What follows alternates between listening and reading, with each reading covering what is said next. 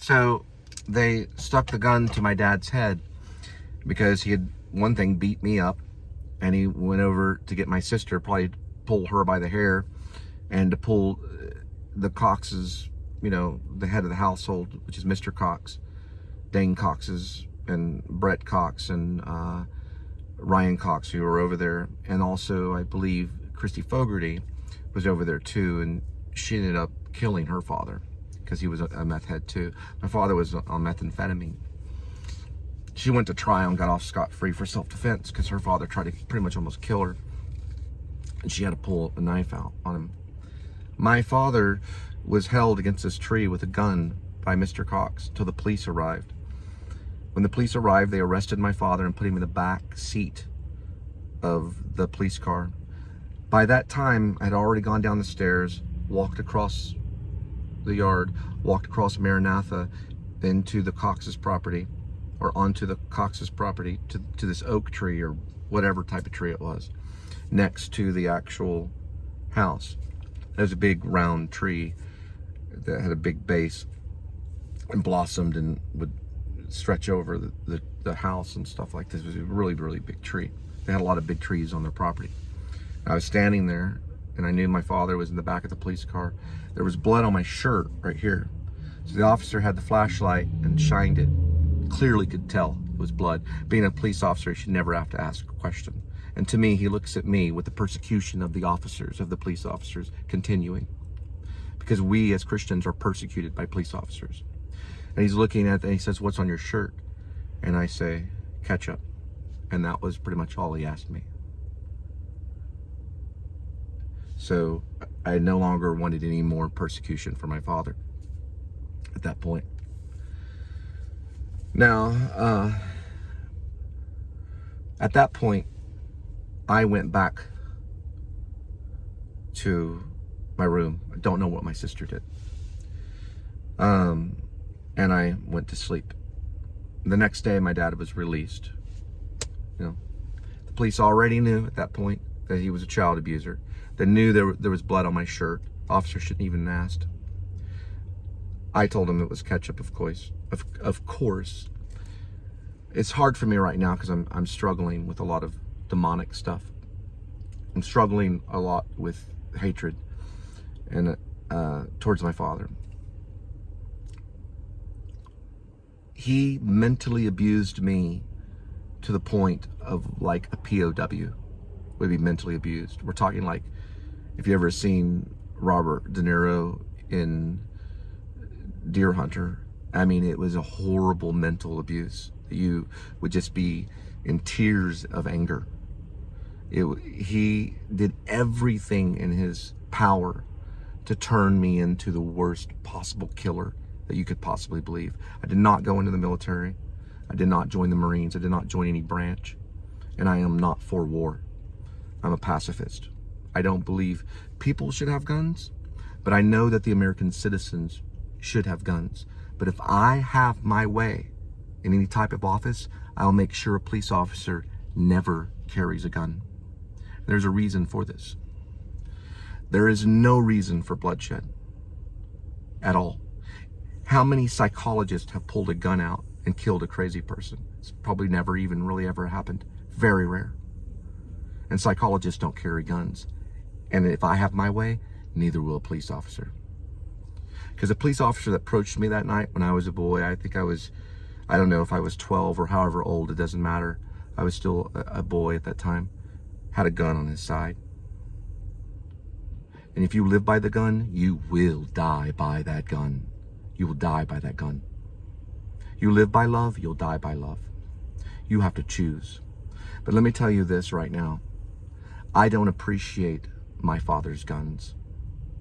I don't appreciate the war and evil that he put me through. Nor will I see him in his dead body in the coffin at the funeral. But I might visit the gravesite and do a vlog on it. I don't appreciate any disrespect from my father. And there are verses in the Bible where it says, "Do not beat your children." We are God's children, and God will punish you unto death, and you will feel pain if you beat your children. you will suffer. The children will not. Remember that. I got to get something to drink, get some gas. But I wanted to make sure you understood that there has been horror, and I mean real horror, in my family. And there's been terrible abuse, mental abuse that's happened to me. And I don't appreciate any bully that ever approaches me. And if you are a bully in political office, I don't care how high the rank goes, you will be stopped. Not only by me, but by an army. You will be stopped. And any corruption that happens in this government will be investigated. And that's part of the book I'm writing now. Rib, parentheses, or Dog Night Out, parentheses closed, dash, Shepherds of Alaska.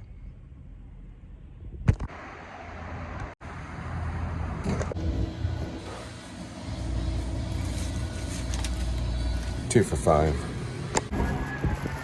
A lot of sirens going off lately. It's quite the war.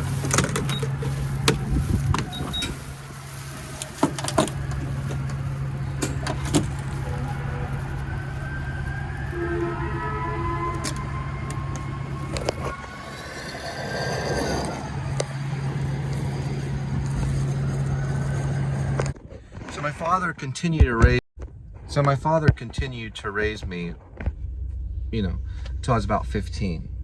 All of that abuse and stuff happened around about 12. I was about 12. So he continued abusing me at 13, 14, and then finally asked him if I could leave because my mother had a place for me in Fort Worth. And he just finally just said, yeah, and I left. But the hatred that I have is real. It's not manufactured from the actor's studio. It's important for me, towards the end of my life, to create anger for my father. It's important. The reason why is because I want justice. I want payback. It's kind of like that scene in Full Metal Jacket with a sniper lady. They don't know it's a sniper lady. She's out there sniping 8-Ball and all those people. The mother says, let's get some payback. They want to go and get justice. They don't want to spank her. They want to put a bullet through her head. And they do, to end the suffering.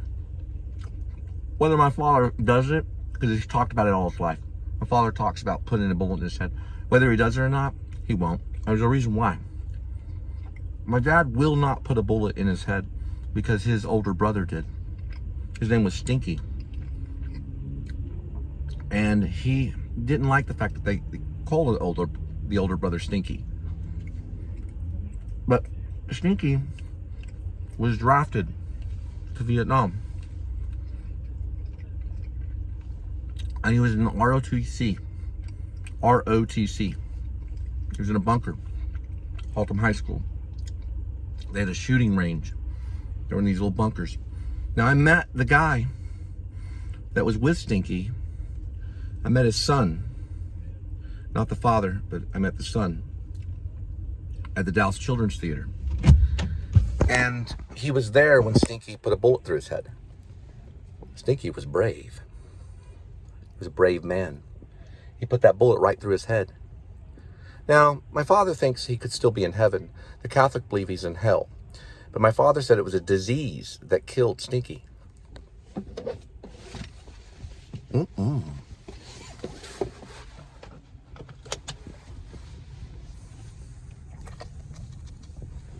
It was a disease that killed him. That's not true. My father had polio. Stinky could not stand my father. My father has an eating disorder. He had it all his life. He's basically like, think of the well. He didn't get up to like 600 pounds, but he could have. His grocery bill was a ridiculous amount, and he would stuff himself in front of us all the time.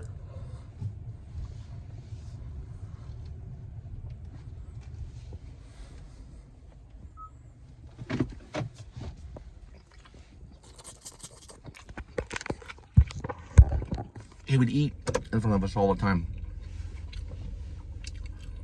And it would annoy me. The thing about Adam the Woo is he always eats just normal.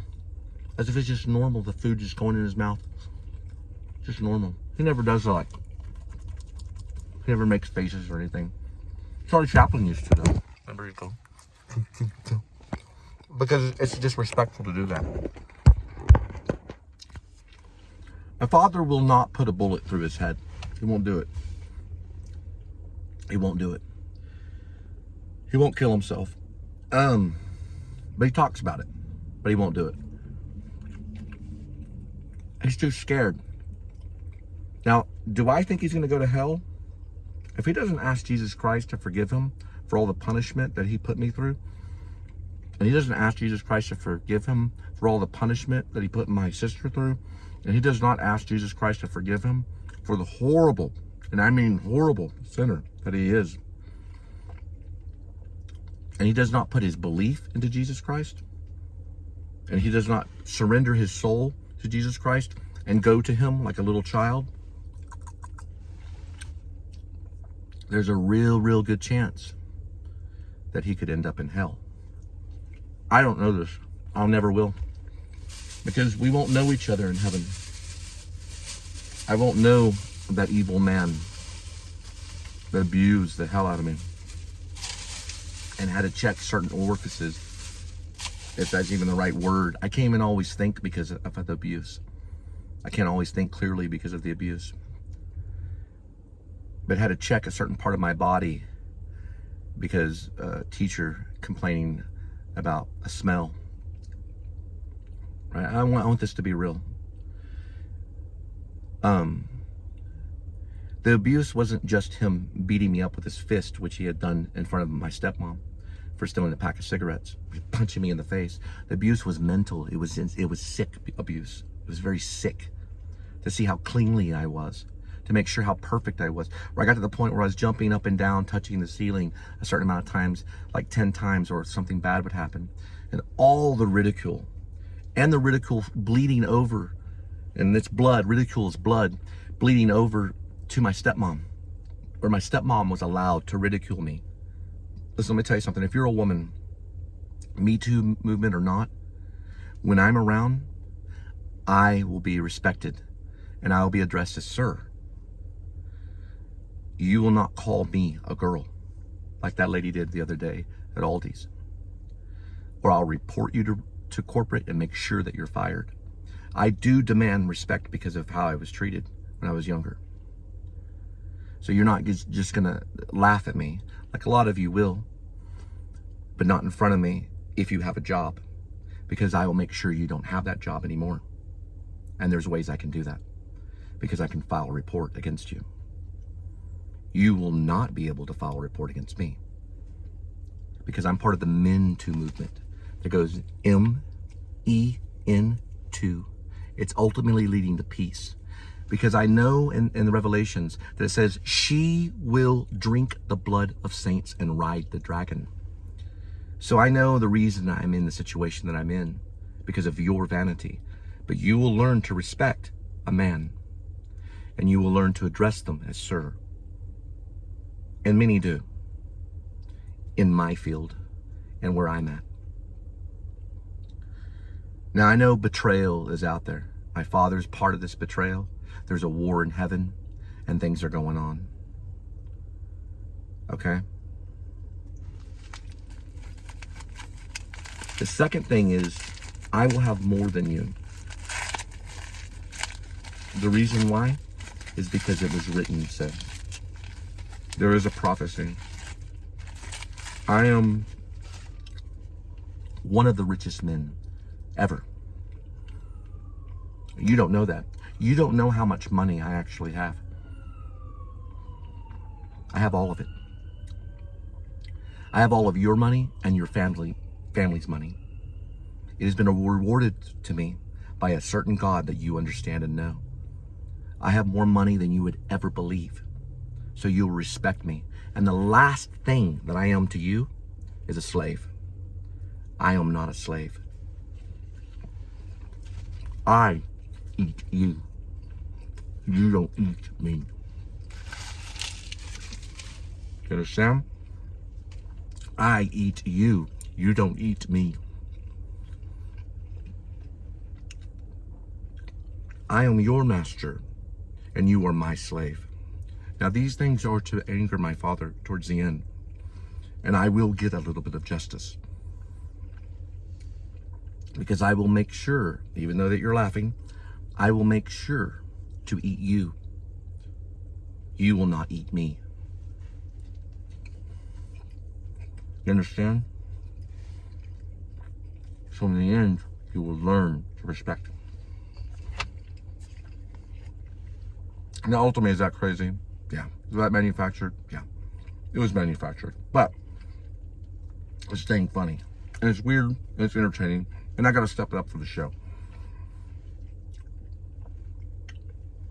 Now, do I mean literally eating? No. It means that I have to take for you, for the sake of the show and the sake of the things that I want to do. Making a huge Hollywood movie is not easy. It requires a tremendous amount of taking from people emotionally. It requires a tremendous amount of taking financially. When someone spends $100 million on a movie, that money could go to the poor. So it takes from other people. You cannot have a rich person and just a rich person and a rich person and a rich person and a rich person. If there's someone that's going to have a lot of money, there's going to be poor people.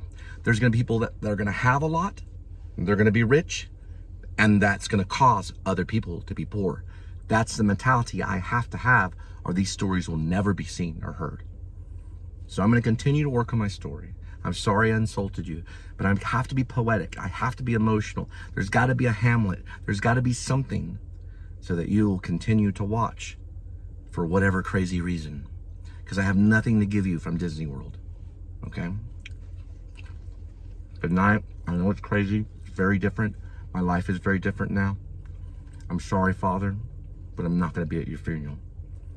Don't have anyone ask me to. Okay?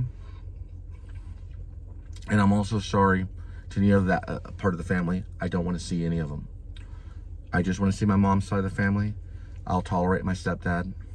That's it. Okay? See my show. See my poeticism. See what I have to say. If it's irrational to you, I'm sorry. If it's rational in some way, I'm sorry. But it has to be this way. Good night. Love you. BtkL. That's what I'm going to say. If you understand it, you understand it. If not, then you didn't follow the show. You don't know it well enough. BtkL means something.